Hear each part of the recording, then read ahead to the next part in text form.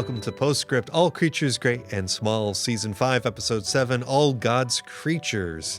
I'm Fred Vigent. And I'm Christina Zeiders. And today is the Christmas episode. See our festive hats. We're ready. Sort of. Ready for this. They weren't very festive in this episode. But there reason. is a tree. There is a tree. And holly. And eventually a dinner. And eventually dinner, like the final scene. Yeah. So Postscript, All Creatures Great and Small is supported by UPMC at upmc.com, Pleasant View Retirement Communities, online at pleasantviewcommunities.org, and Rogers & Associates, found at rogers-associates.com. And we can't do it without your support. You can make a contribution today at witf.org/give now. And every little bit goes a long way, so we appreciate any gift you give. If you love watching and listening to Postscript, you can join in the conversation. You can like, comment, and subscribe on your favorite podcast platforms and on YouTube at youtube.com/@WITFmosaic.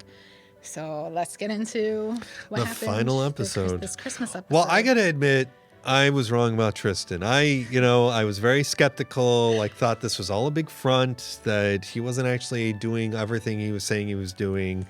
But we did see in the previous episode, right, he's grading papers and things like that. Yeah, he is actually working. Right, he's actually working. We see scenes where he's, holding court over, some of these soldiers. Yeah, which is weird. And weird people are listening to him and responding and so forth. And he is still Tristan, though. He's not super serious when he's with his troops. It seems like he does crack jokes.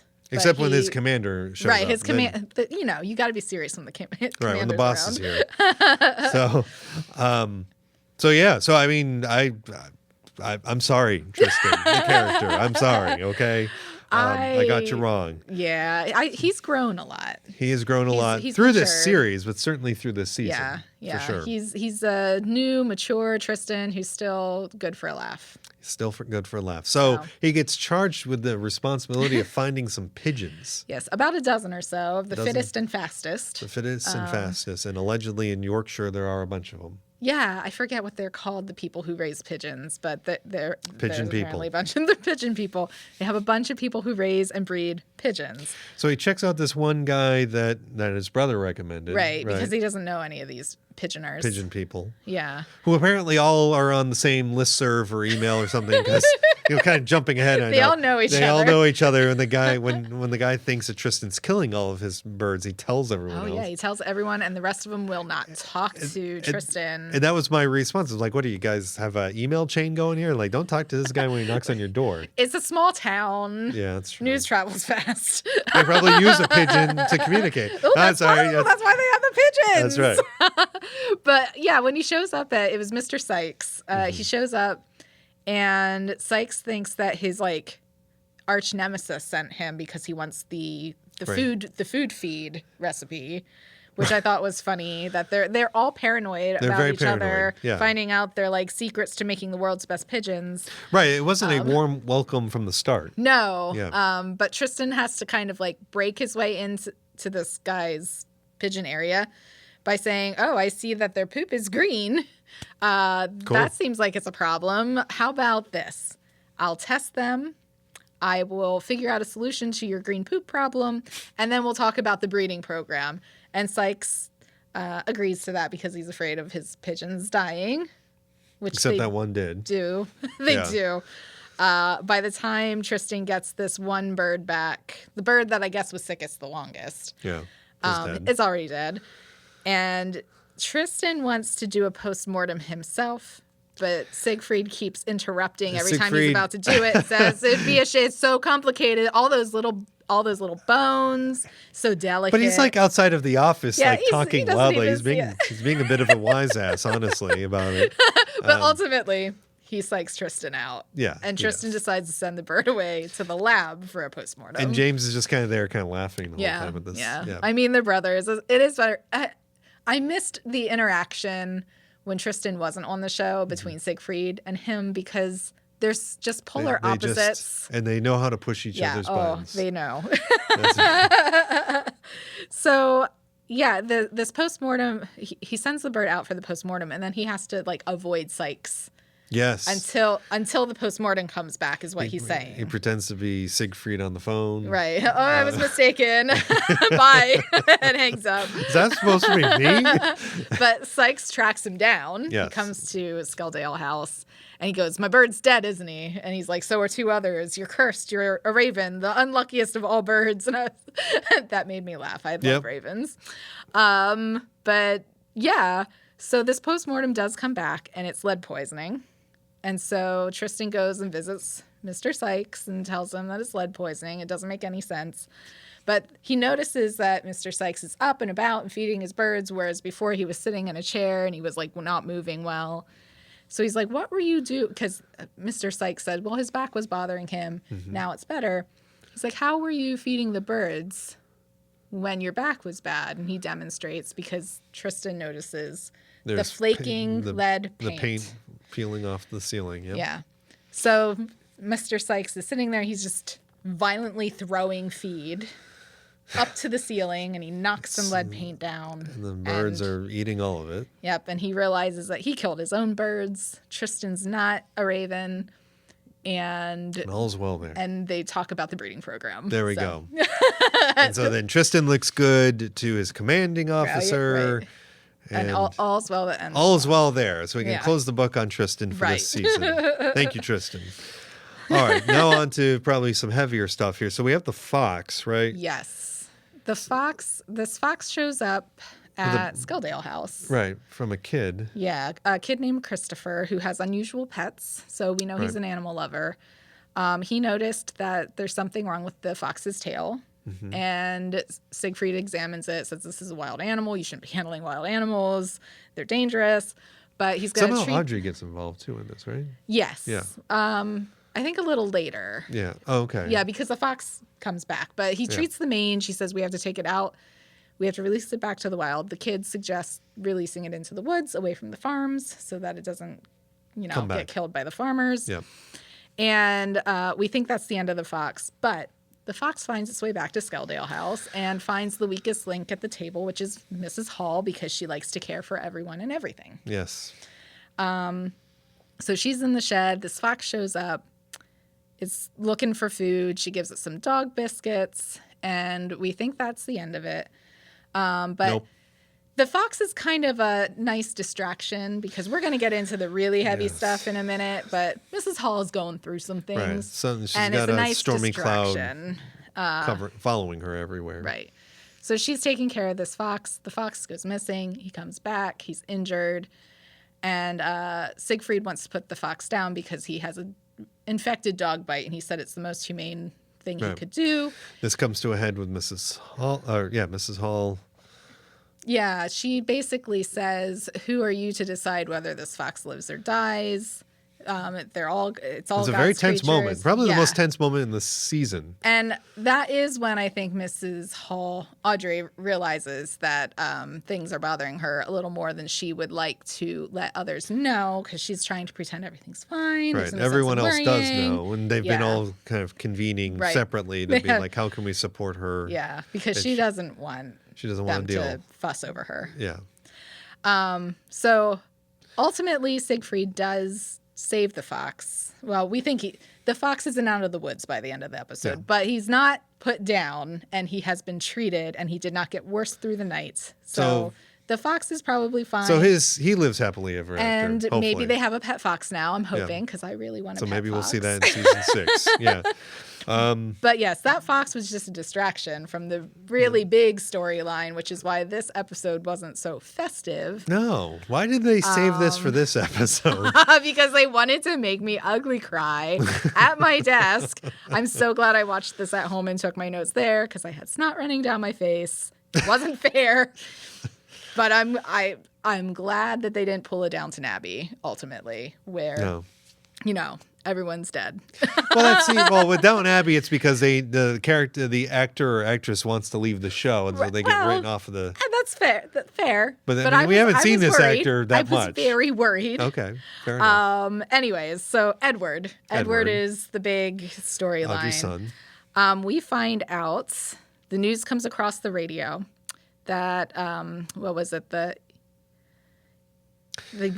Prince of Wales and the Repulse were both sunk by the Japanese. Yes. And we know, if you remember from the single Edward episode, that he's on the Repulse. And she's mentioned that he's on the Repulse, I think, once.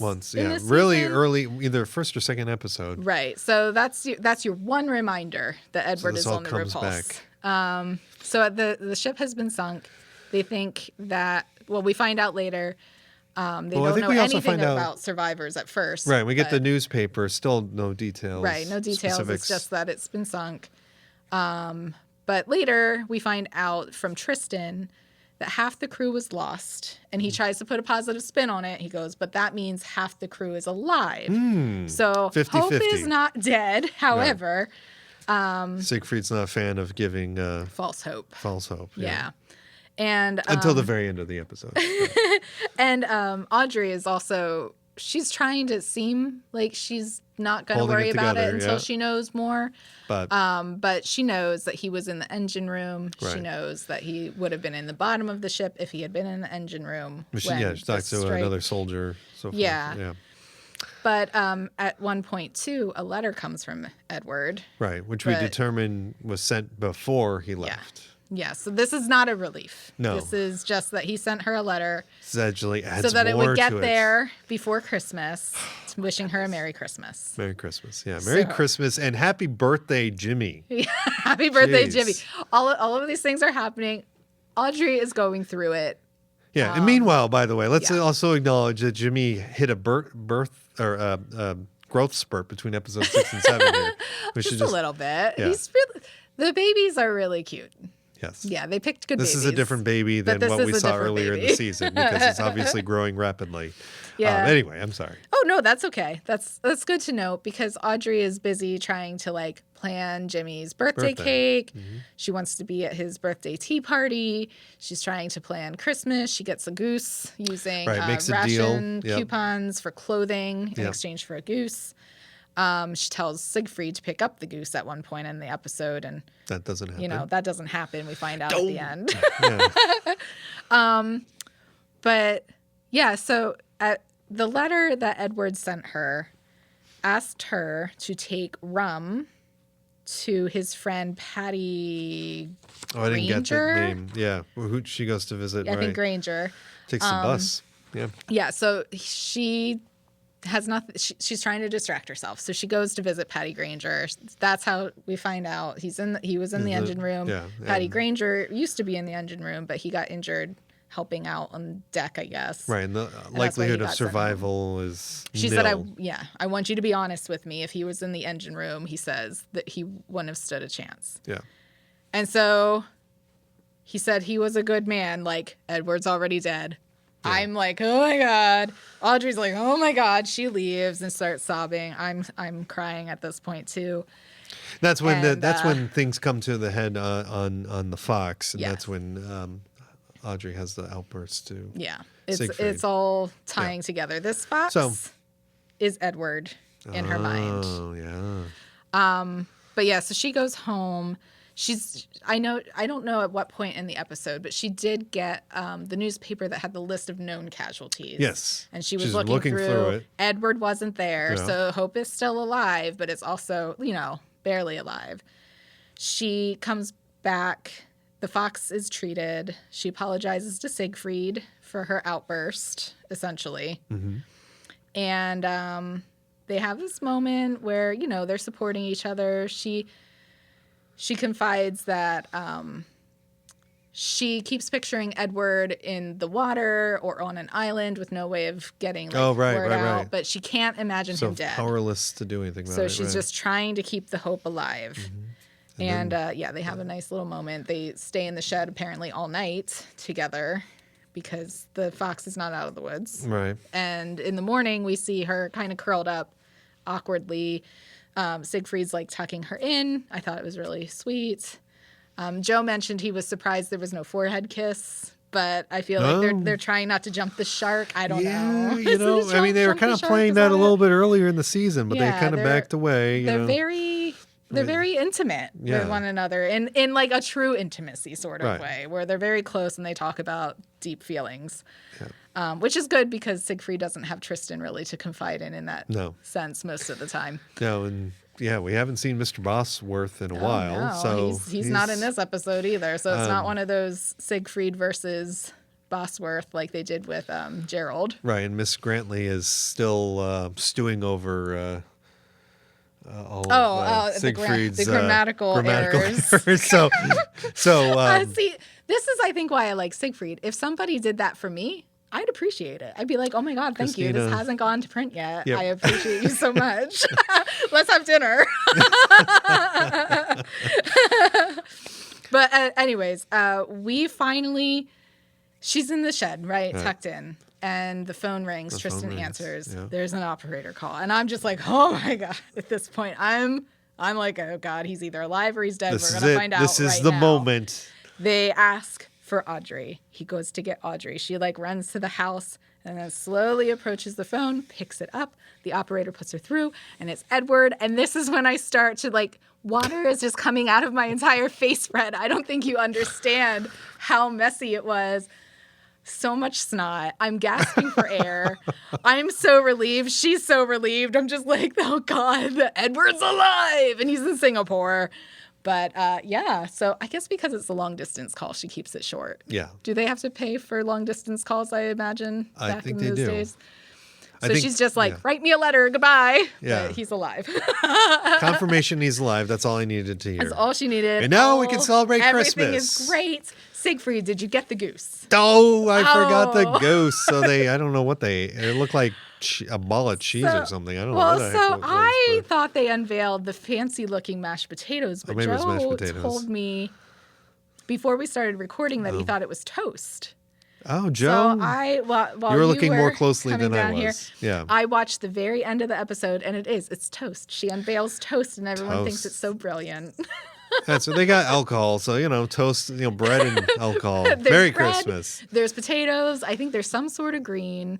And you have Helen's sister and dad there as well. Yep. Oh, and yeah. that cute little argument between James James and Helen's dad about being a farmer, being a vet. Yeah, they kind of have a little tiff, but by Christmas time, Grandpa apologizes, and so does James, and they just want Jimmy to be happy. It leaves the door open for Jenny because he's like, my kids can do whatever. Well, no, Jimmy's not his kid, but you can do whatever they want to do. I think he's worried that the family farm is going to go to no one, and I think that's where it's coming from. But I think Jenny will be back. Well, Helen's not going anywhere. I mean, come on, are they going to stay in the attic forever? It's true. I mean, come on. But is she going to be a farmer? She seems to like working on the farm. She does go to visit every so often. This is true. She could be a farmer. So he's just prematurely jumping the gun. Now we're kind of worried. Now we're pivoting to what we think is happening in season 6. So, so there is going to be a new season. Yes. When they confirmed season 5 that we just wrapped up watching, they also announced that season 6 was coming. So we knew that. In the original run of the series, I believe there are 7 seasons. So we'll see. Oh, okay. 6. So 6 is coming up, and we'll see if they go beyond 7. We'll see if it goes beyond matching 7 or going beyond it. But when I mentioned earlier traveling through the Dales with the group I was with, we had the opportunity to meet James Herriot's daughter. Oh, that's cool. Yes, and she pointed out that the original series was much closer aligned with the books that he wrote. This is not. The characters are based on the books, but episodes, they're going on different storylines. It's not necessarily true to the book. Okay. And she didn't. And it wasn't like a negative thing. She's like, it's just a different adaptation of the series, and people are liking it. We're here. Yeah, we're enjoying it. The first half of the season felt slower. It was very slow. It's because we're, James coming back. Tristan coming back. Yeah. It was a nice pace, and then the second half of the season really wrecked me, I guess.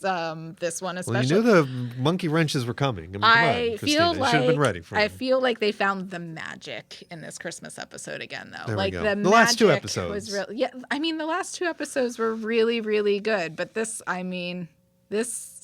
episode wrecked me.